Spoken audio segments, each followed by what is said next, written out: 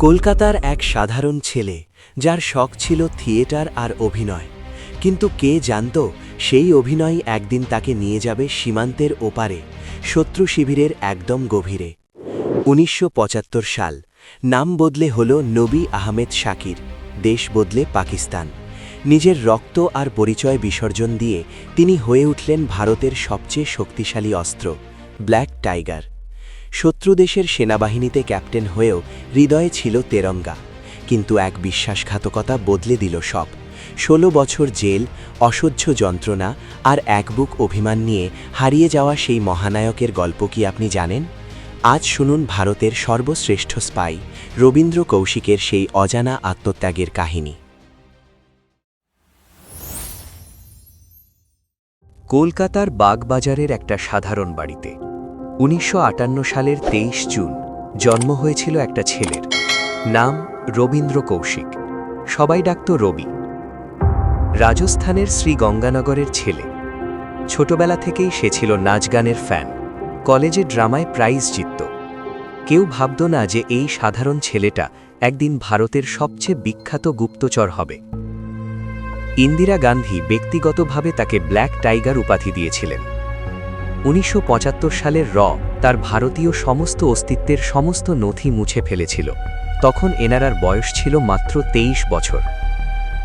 রবীন্দ্র কৌশিক এবার নবী আহমেদ শাকির ছদ্মনামে পাকিস্তানে প্রবেশ করে করাচি বিশ্ববিদ্যালয়ে ভর্তি হন এবং পরবর্তীকালে পাকিস্তান সেনাবাহিনীতে যোগ দিয়ে মেজর পদে পর্যন্ত পৌঁছে যান। ৮ বছর ধরে তিনি ভারতে এমন গোয়েন্দা তথ্য পাঠিয়েছেন যার ফলে ২০,০০০ ভারতীয় সৈন্যের জীবন বাঁচিয়েছিলেন।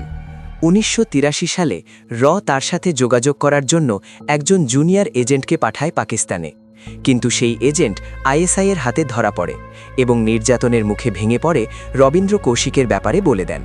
ফলে রবীন্দ্রের পরিচয় ফাঁস হয়ে যায় এবং ধরা পড়ে যায়। তিনি নিজের ভুলের কারণে ধরা পড়েননি, এর এজেন্টের কারণে ধরা পড়েছিলেন।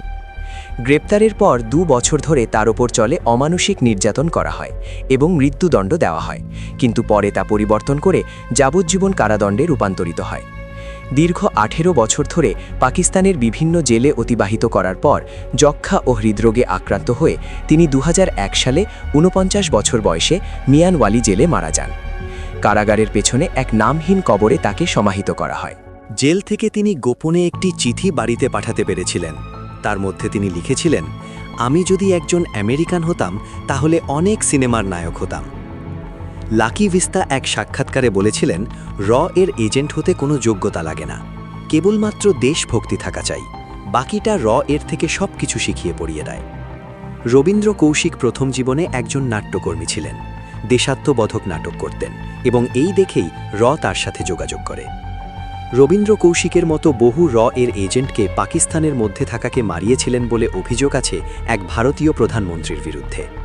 দেশের জন্য তারা নাম, পরিচয়, পরিবার হারিয়ে জীবন বলিদান দিয়ে গেছেন নিভৃতে। বন্দে মাতরম।